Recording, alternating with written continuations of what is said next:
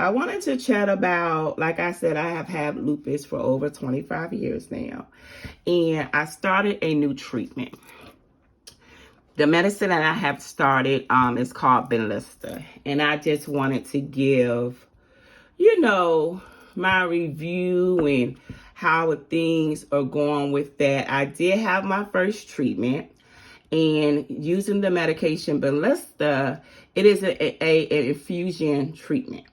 Okay, so I have to go into, I guess, what you would call or consider a cancer unit, because that's where people also go, to get chemo, because that is something that's being infused into their system.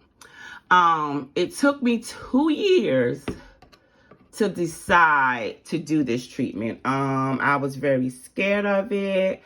I was afraid, it was going to make me sick. I had feelings about being around people, who they're actually, okay, well, having lupus, you're sick. But people who have cancer, they're sick. So, I just knew that I was going to go in there with all type of feelings, and, people's there getting, these chemo treatments or whatever infusion treatments that they are getting. So, like I said, I do have lupus. And so the treatment that I started getting is called Benlysta. It took me 2 years. I have a rheumatologist. And if you don't know what that is, a rheumatologist is somebody who treats patients with lupus, patients that have arthritis, and autoimmune diseases. Lupus is an autoimmune disease. It is where my immune system attacks my body. It looks at my body like a foreign object. So, your immune system is created to attack viruses and germs and things like that. So my immune system looks at my body as a big old germ, So it's trying to attack it. It's trying to get rid of it, meaning it attacks your organs. It can attack anything in your body because it thinks that your body is the invader and it is a foreign object. Even though, it's your own immune system. So, samples, my immune system, my lupus attacks my blood. It attacks my bones. It attacks my skin. And as of right now, previously, I have also been diagnosed with liver disease. And they're trying to find out if that is part of my lupus doing as well, meaning my immune system is attacking my liver. So my rheumatologist has been trying to convince me for 2 years to do this medication called Benlysta, which is an infusion treatment. Now, you can do the infusion treatment, or the other option is to give yourself a shot in your stomach every 2 weeks. So that was the other option. So to me, I was like, but he was like, he felt that the infusion treatments would be better for me. And to me, I'm scared of taking new medications. I'm one of them people that psych themselves out, thinking that, something's going to happen and I'm going to have an allergic reaction and things like that. So, I kept saying no, and I used to take Plaquenil for my lupus, and I was on Plaquenil for years. But Plaquenil messes with your eyes, and as you know, every medication has a side effect, which, is another thing that I am, afraid of, the side effects and things like that. So the Plaquenil was messing with my eyesight, and it was messing with something, I guess, behind the retina of my eye. I think they were seeing spots or, and stuff like that. Sorry, y'all. And stuff like that. So when my eye doctor gave the information to my rheumatologist, he immediately said, stop the Plaquenil. Because Plaquenil damages your eyesight. So I had to come off of that medication, and I was put on another medication called Amuran. Amuran, might be Amuran.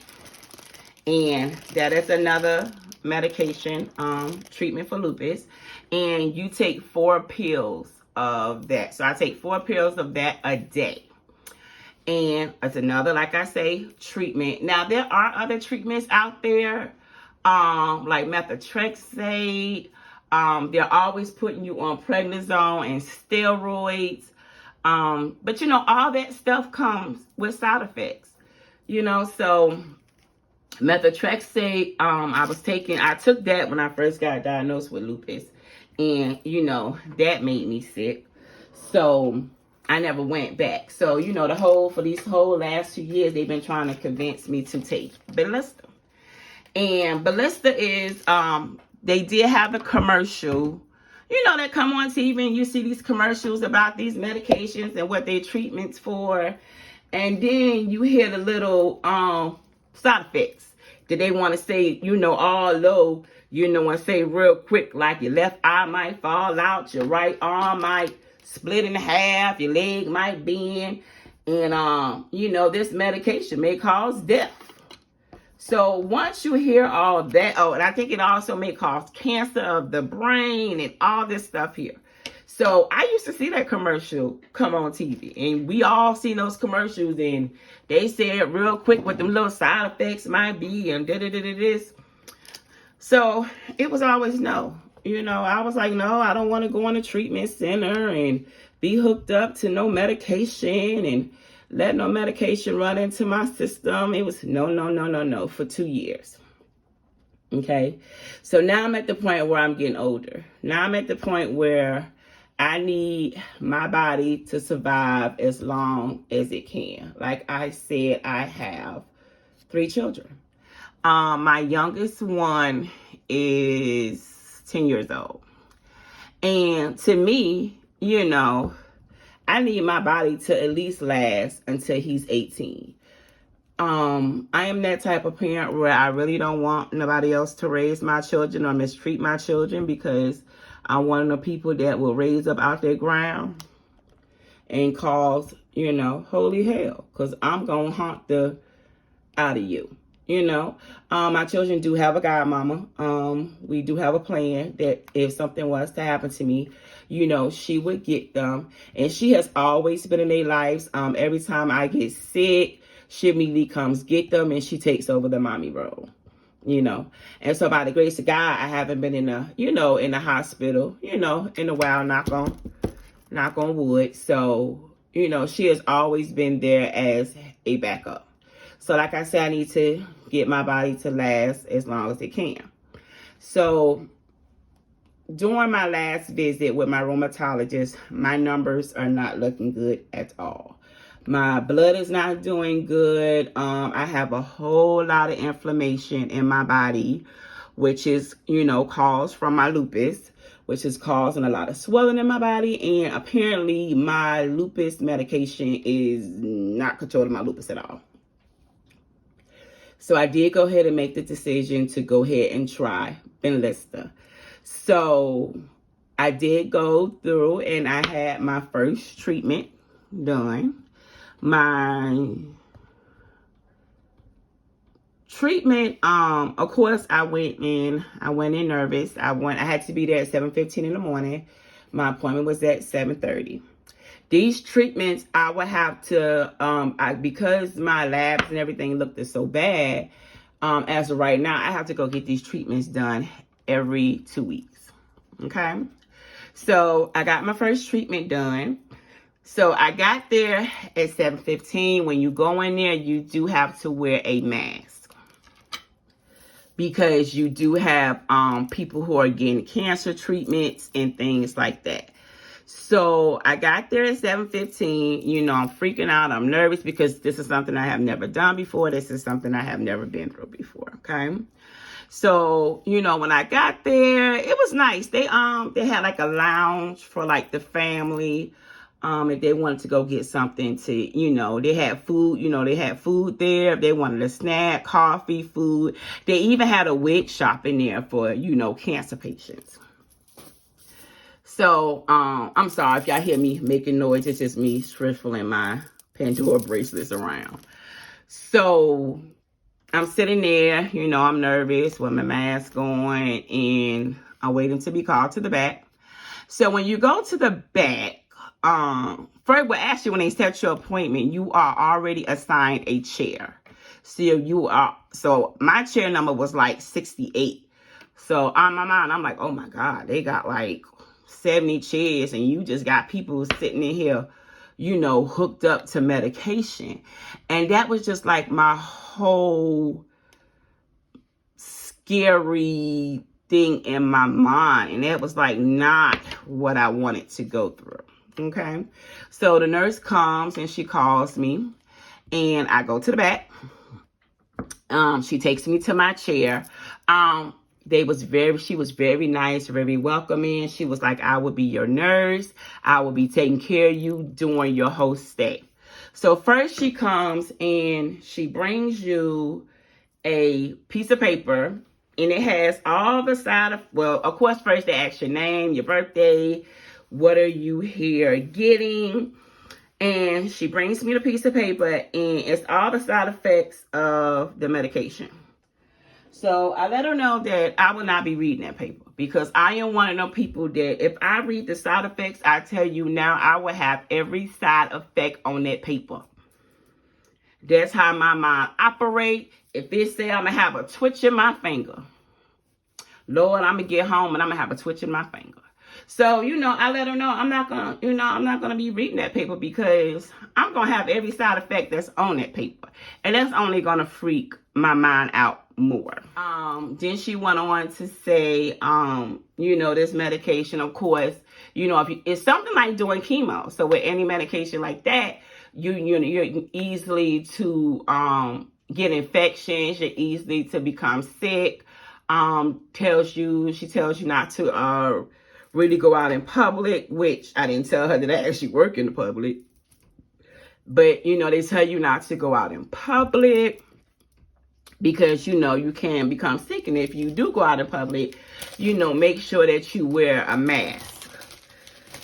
So she brings that paper. I just sit the paper down on the side of me. So then they do blood work. And this is in a hospital setting, so they immediately send your blood work down to be tested.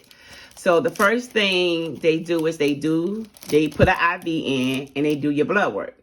So I'm a hard stick, meaning it's hard to get an IV into me. So she tried 2 times, and then she brought in this machine, which was called the vein finder.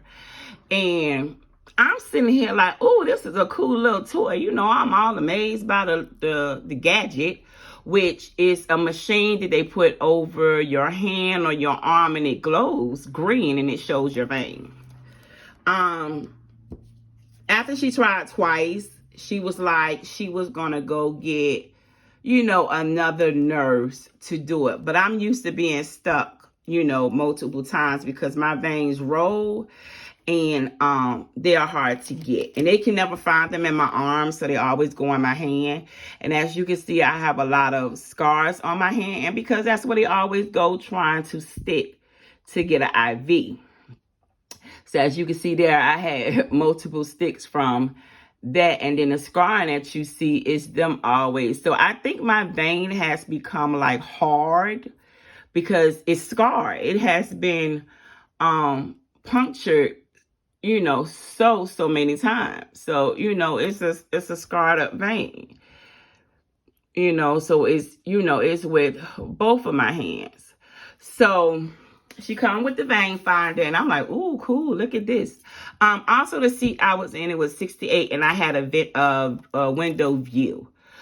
Which, that was very nice and soothing. I didn't have to sit there and look at the wall.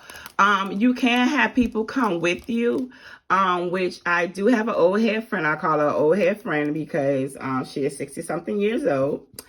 And, you know, she wanted to come with me. And I was like, no, you know, I'll be fine. And she was like, no, let me drive you. Let me be there. You know, she has always been there for me. She actually just had cancer herself and, you know, had a lot of issues as well. So I was like, no, you know, that's early in the morning, you know, stay home, you know, relax. So she's like, okay, call me, you know, if you need me. But, you know, somebody can come with you. They do have a seat for them where they can sit and everything like that. So after we get the IV in, she sends my blood down. You also have to give a urine sample as well. And they run all these tests while you're there. So just know when you go, you're going to be there for like 4 or 5 hours, okay? So, you know, she tells you, you know, she tried to go over the side with me, some of the side effects, because I just refused to read that paper. You know, I just set the paper, you know, down to the side. Like I said, you know, I'm not reading that. Because, no. You know, I'd have got home and I would have had every symptom. And, you know, I know my body. So I know if something, you know, different goes on. But if I would have read that paper, then I would have swore that, you know, that pain or that ache I had or whatever, that was what's going on. So that was why I refused to read the side effects.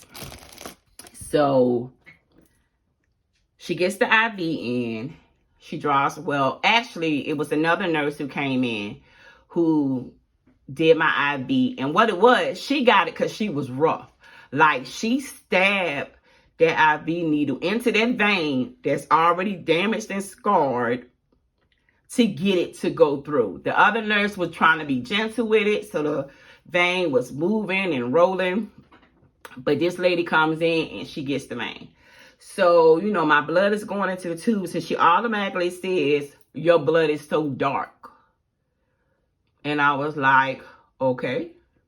So she was like, it looked like you need some oxygen into your blood, because your blood is so dark. And I'm like, oh, Lord, here we go again. You know, another person to freak you out. Now I'm going to worry about, oh, my God. Even though I do know it is issues and things going on with my blood. I have seen my lab results. And like I said, because of the lupus, there is a lot of things going on with my blood. So that was why I also chose to go ahead and do the treatment. So they send your stuff off to the lab. While they do that, she brings in a pre-treatment. Okay, so a pre-treatment is 50 milligrams of Benadryl, and you get a steroid. They do this to try to counteract your body having an allergic reaction to the medication.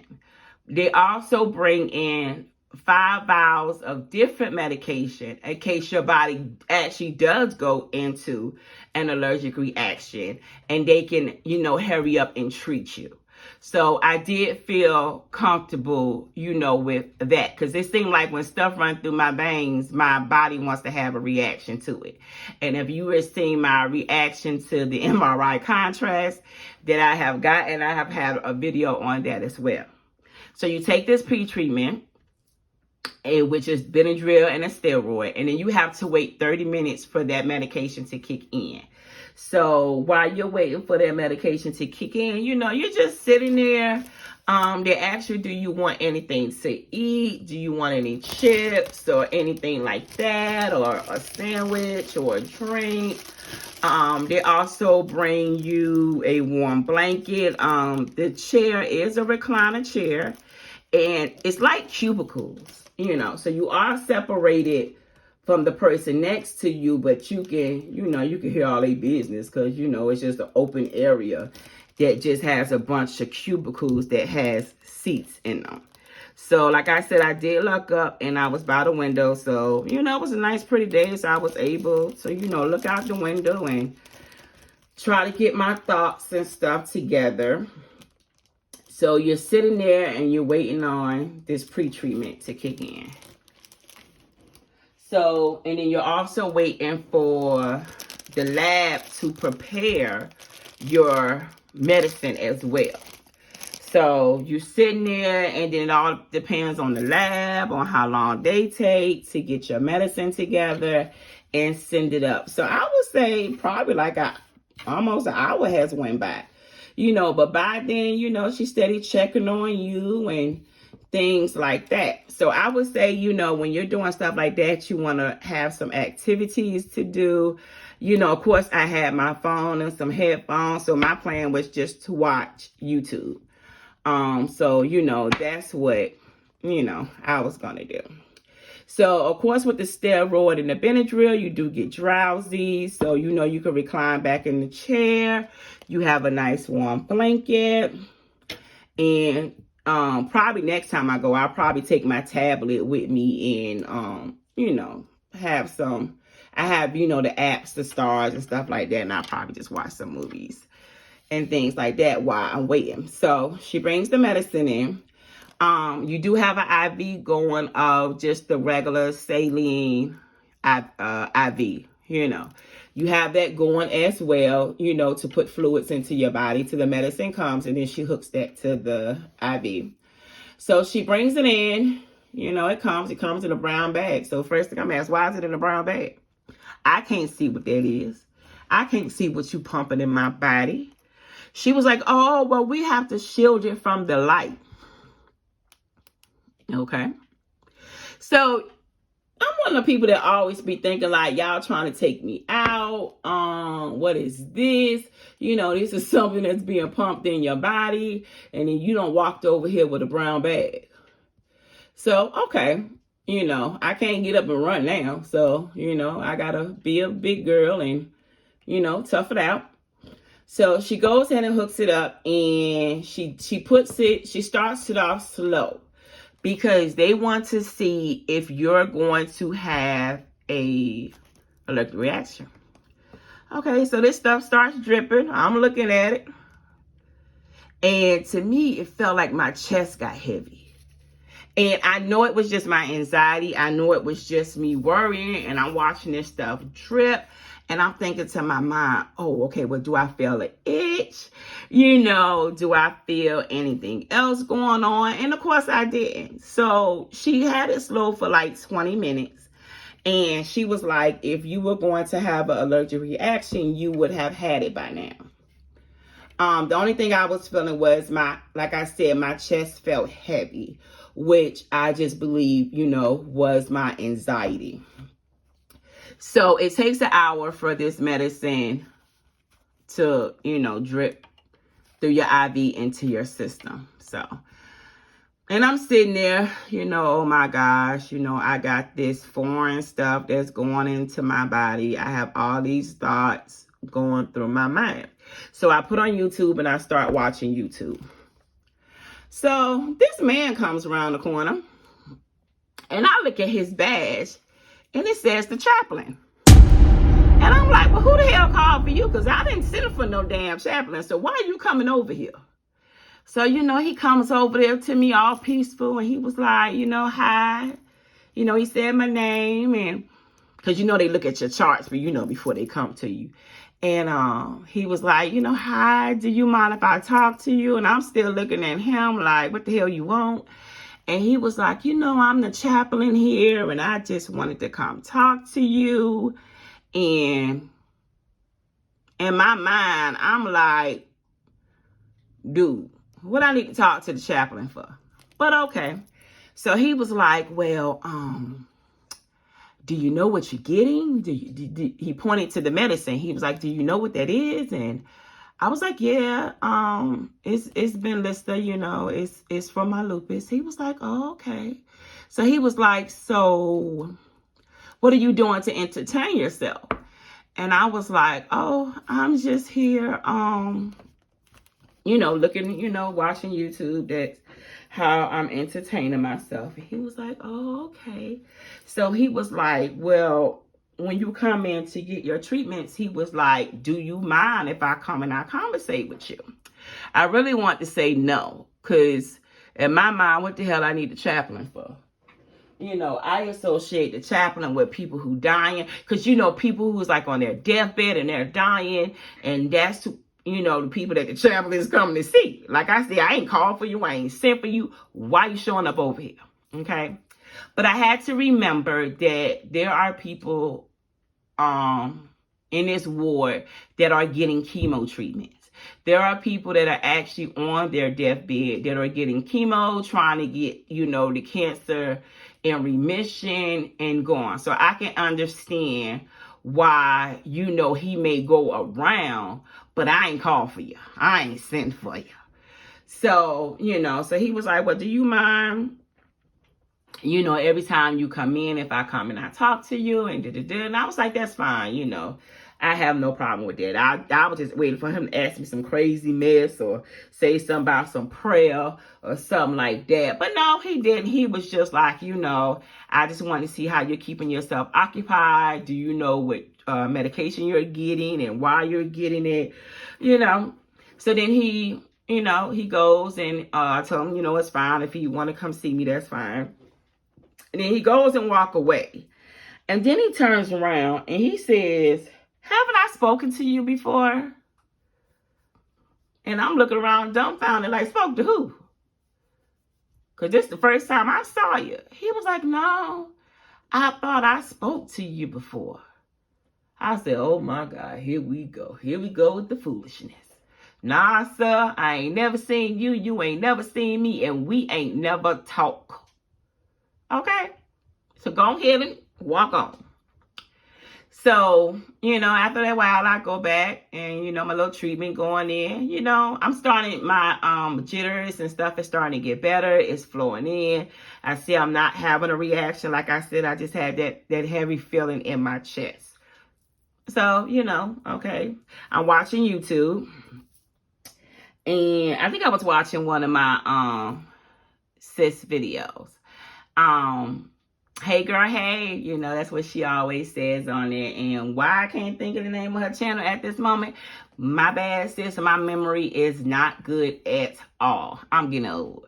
But maybe it'll, you know, it'll come to me. But in her video, she'll always be like, and she was actually like one of my first supporters. You know, she subscribed to my channel from Styling with Storm, you know, putting me on one of her videos, and she immediately came over and she subscribed to my channel. She's been subscribed to me ever since, and I'm subscribed to her as well. And she does reaction videos and things like that. And then so once I can recall the name of her channel, I'm so sorry, girl. I'll maybe try to link her below or put her name in the chat below. But she does reactions, you know, she does lifestyle, you know, videos as well. So I think I was sitting there watching one of her peach videos. So then another lady comes by, and this lady has a cart. So she was like, do you want anything off the cart? I think they have like crossword puzzle books and things like that. But me and my stubbornness, I'm like, nope, I don't want nothing. She was like, you don't want nothing, no hand cream or anything like that. Nope. And she kept saying, you sure you don't want no hand cream? And I'm thinking to myself, what you trying to say, my hands ashy? Like what? Because she kept saying, well, I have hand cream. I have hand cream. And, you know, I have a bunch of stuff on this cart. You sure you don't want anything? And I was like, no, I'm good. So, you know, I continue on with this treatment, and we finish. So we come to the end of the treatment. And once it's done going into your body, into your system, you still have to stay there for like 30 to 45 minutes because they have to watch you, you know, once again after your treatment done to, you know, just to make sure and confirm that you did not have a reaction or anything going on. So, you know, I was just there waiting, you know, till she said that I can go. She came and she collected like the 6 vials. That was the just in case vials, you know, in case you had allergic reaction. You know, she asked me, did I need anything? Did I want anything? And I think I just asked for a cup of ice. I am an ice eater, so I think I asked for a cup of ice. You know, and then she just starts to clean stuff up, all while, you know, she's still watching you. Now, you have a nurse there the whole time with you. So it's not like the nurse leaves the room, because like I said, it's an open room, and in this room, I want to say it probably had like 6 or 8 cubicles. So it's a nurse that's sitting in the middle at a station, and then you have the other nurse that's making the rounds. Because I know she was treating the person next to me, and she was treating the person on the other side of me. So it's always a nurse there. You know, I was never left alone. I never felt alone. And like I said, you had the chaplain that came by and spoke to you. You had another lady with an activity card, you know, that came through to ask if you want to add on any activities. They do make sure that you eat. They do make sure you have food. You know, so my first experience was actually a very, very nice experience. It was not something that I expected. You know, I just had all the worst kind of thoughts in my head. And also I said I had a pretty view. You know, I was able to see the clouds, and it was a pretty day outside. So once the treatment stopped, you know, I sat up, and that heaviness came, you know, it went away from over my chest. I had my friends who was texting me and checking on me, and so I'm texting them back and everything like that. And so it comes time, and she was like, okay, you know, you can leave. And, you know, they always tell you, she was just telling me, make sure I wear a mask, because it's easy for me to get sick now when I go out. If I have any side effects or anything like that, make sure, you know, I contact my doctor immediately. And then she was like, make sure you take that side effect paper with you. So I actually walked out, and I totally forgot the paper. But I was like, oh, I forgot the paper. So I was like, well, let me go back and at least get it so I can at least have it. And she was already, you know, cleaning my little station up. So I went back and I got the paper, and then I went downstairs. I did park in valet. When you're going to the cancer ward, the infusion center, your parking is free. So you do get, you know, when you get checked in, they ask you what's your number for valet, because other than that, valet is $5.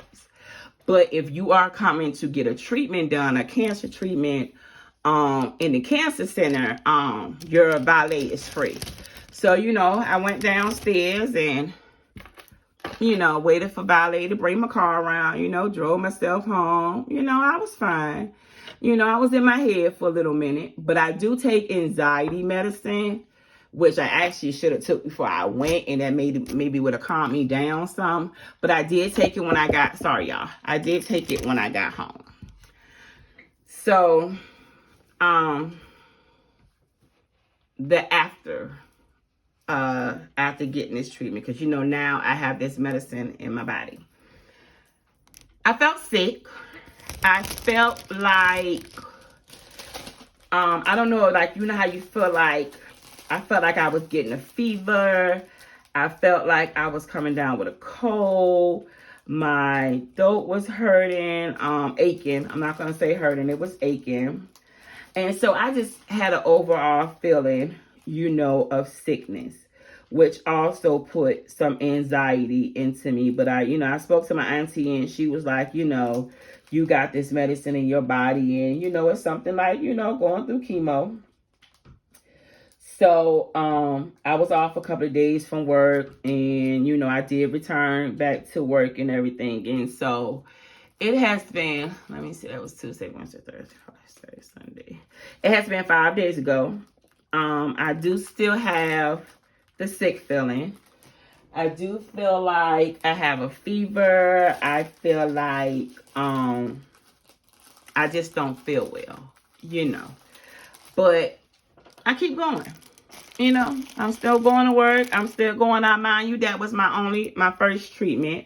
I don't know how, as we get further into treatments, you know, if things are going to get better. I don't know if it's the type of situation where things might feel worse first, because that is a foreign substance that's going in your body that might make you sick first.